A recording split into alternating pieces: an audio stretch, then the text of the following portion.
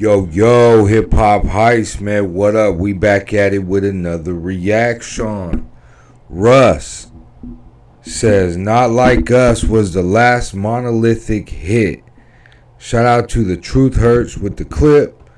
This is Hip Hop Heist TV, man. We about to get right to it. Let's get it. Hit that like and subscribe. We starting right now. Of it versus the money. It's true. I think even Jay-Z said rapping for the love of it versus the money. It's true. I think even Jay-Z said in like his Breakfast Club in 2013 about like, you know, once this shit became lucrative, you started getting people doing it just for the money, which is always going to diminish the art. It's always going to make it not be as good. Like, I've always thought about that. Like, who's really here? Who's going to leave when the money's gone? You know what I'm saying? Right. In like the rap culture, like because I see like especially like the SoundCloud wave and shit like that was like I'm like these guys, if punk was popular, they would be punk rockers. If you know what I'm saying, whatever genre was popular at the time, it just happened to be rap. Yeah. To me, so it's like they're gonna get their foot in because they want to be a rock star, live that lifestyle, be a musician, whatever. Fuck the rules. I don't want to get a real job. I've always felt like there were so many people just hanging on because of that, because the rap was the most popular genre at the time. Right. So it's like now that they don't want to do it anymore because it's not as popular. Fuck it, leave. Right. You know. Well, I mean, again, it's like, you know, I empathize with people just trying to find a way to get out of their environment and circumstances, and it's like, look, this shit makes money, so I'm gonna do it. Yeah. You know. But then that can be true along with, okay, well, when people start doing art for the money, there should be no surprise when the art suffers. Well, it's the greatest Quincy Jones quote. He's like, when you think about money, God walks out the room. Yeah. You know, when you're making music. I always think about rap as like the canary in a coal mine, reflecting kind of the problems with the culture. And I think like it's not necessarily rap's fault or the rapper's fault, but more a reflection of like where we've gone. Because like I remember there was a Kanye quote that I always found really telling, where I don't know if you ever heard the EPMD song Crossover. So it came out like in the early 90s, and it was like the whole point of the song was like talking shit about rappers that wanted to make like a crossover pop song, right? Yeah. And it ended up being EPMD's biggest hit. You know, it's all over the radio. It was like the biggest hit, which is cool, right? It's a great song. And Kanye, I remember, was talking later on about like how he loved that song, but he's like, they're the dumbest. He's like, that was so stupid though. Crossing over is the best thing. And I was like, I mean, it can be, but like not if it requires like compromising like your art or what you find true to yourself, you know, and like I mean, I just if you start doing shit for money, whatever you're doing is the quality's gonna suffer. Boom. You're not putting the quality of the thing. I agree with that. I think that if you, whatever you got to do, whether it is to get a deal or get a bag or get ahead, if it's compromising what you got to do with your internal frequency, right, with the internal universal frequency of highest quality, highest authenticity, I mean, then you're selling, that's the sellout, right? Because you really just, you know, but at some point, that's only, you have to reach every, like in life, I think Nipsey said this. Nipsey said, like, you're going to experience every emotion, right, in life. You're going to go through every emotion in life to experience it all before you go. And I think that's true. I don't know 100%, but I'm just saying, like, man, don't you understand, like, when you could be the guy that's walking by the homeless man sitting on the stoop, and you going to get breakfast at Sizzler, IHOP, you feel me, Denny's. But have you ever been the man that's watching you walk to that, like that guy on the, you know, the different perceptions of life, different emotions, you know what I mean? I think that you can't compromise the authenticity for anything else but yourself. You get what I'm saying?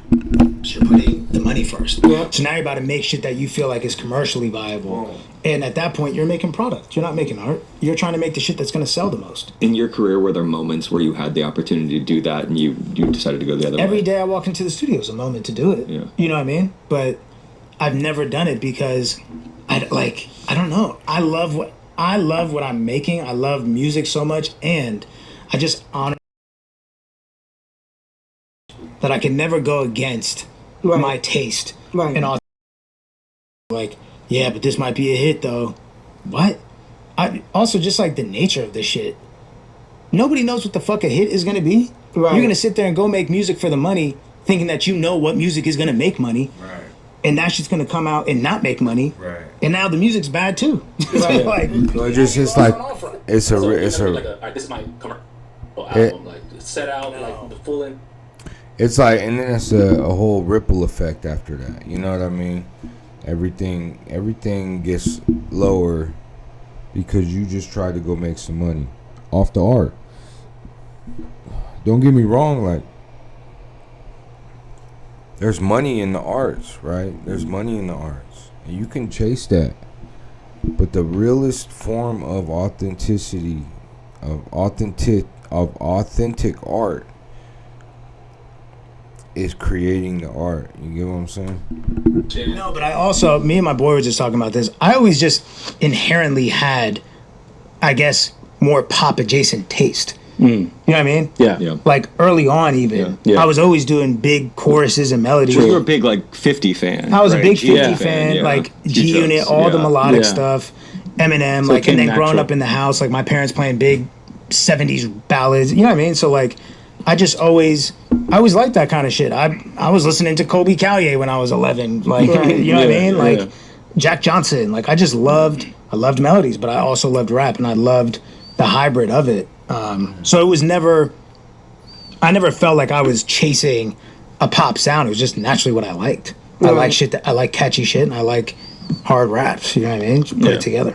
There's another one I liked was authenticity outlast algorithm. Yeah. And what does authenticity look like to you, and what does it mean in your career?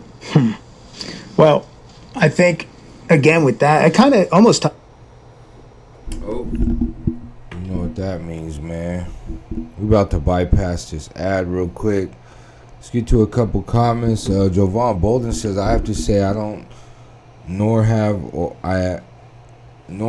I ever listened to a Russ song a day in my life, but I always love listening to him speak about the music business and industry. He's always insightful and genuine. You can tell he really loves what he does and is content with his career. Gotta respect that." Yeah, man. And that's being authentic, right? That's what you love about an authentic artist, is that bro really,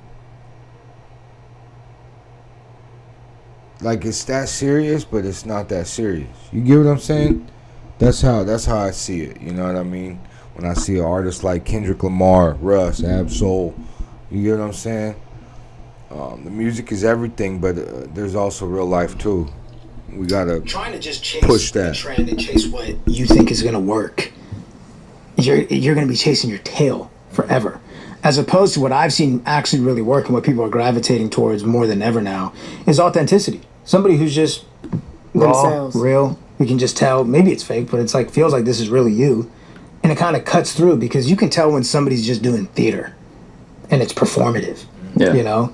And so for me, I'm trying to just get even more aligned with my taste and more like that. I was telling you before we got on, like just deleting social media off my phone this year and only logging in when I have something to post, you know, because I'm trying to block out all fucking possible influences of, you know, because you could just be scrolling as an artist and you see a viral clip of a new song blowing up. And even if it's not conscious, but subconsciously, you might be like, damn, so that's what works. Yeah. And maybe that comes out in the studio next time. Right. For me, I'm trying to get back to just, You. if I like it, Yep. that means it is hard. Because what I think is hard is hard. And that's it. So do you listen to these? Yeah, but like now I've just been listening to songs I've been making because I've just been going crazy. But listen to like up and coming artists. Like I love trying to find up and coming artists because there was a a while there, playlist was just what it was when I was 17. You know what I mean? It was a long-term mentality. Right. So like Marathon, Nipsey, like damn, like does all music suck right now? Just I'm broke to be honest. This one somebody had like it was bad. Straight up. The algorithm should not be taken like I don't want to go have to do work to find the hits and the hot shit. Totally. Like, okay,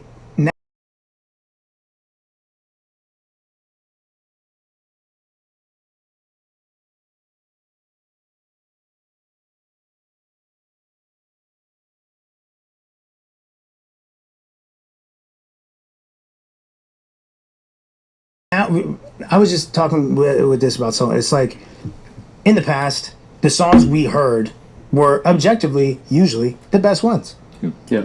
They really were. Like, I went back and listened to albums that I grew up loving, right? Mm-hmm. Well, albums that had songs on there that I grew up loving. I went back for the first time, like, 6 months ago, and I went back and listened to the albums that these hit songs were a part of that I grew up loving.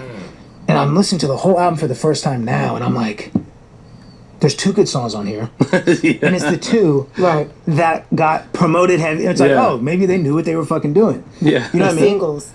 It was the singles. It was the always been There's a reason why. Like, and this is like In the Club is a really great pop. It might not be my favorite, but that is clearly the best pop song on that album. Which most people will like. And so for me, I'm like, man, nowadays what you have to do is, so I have to go sit through the whole fucking album, or just look up random albums on Spotify and sift through the. What am I, an A&R? I'm not doing this shit. I'm saying I need an intern to listen to music. Like this. Also, too, like I miss Rick Rubin.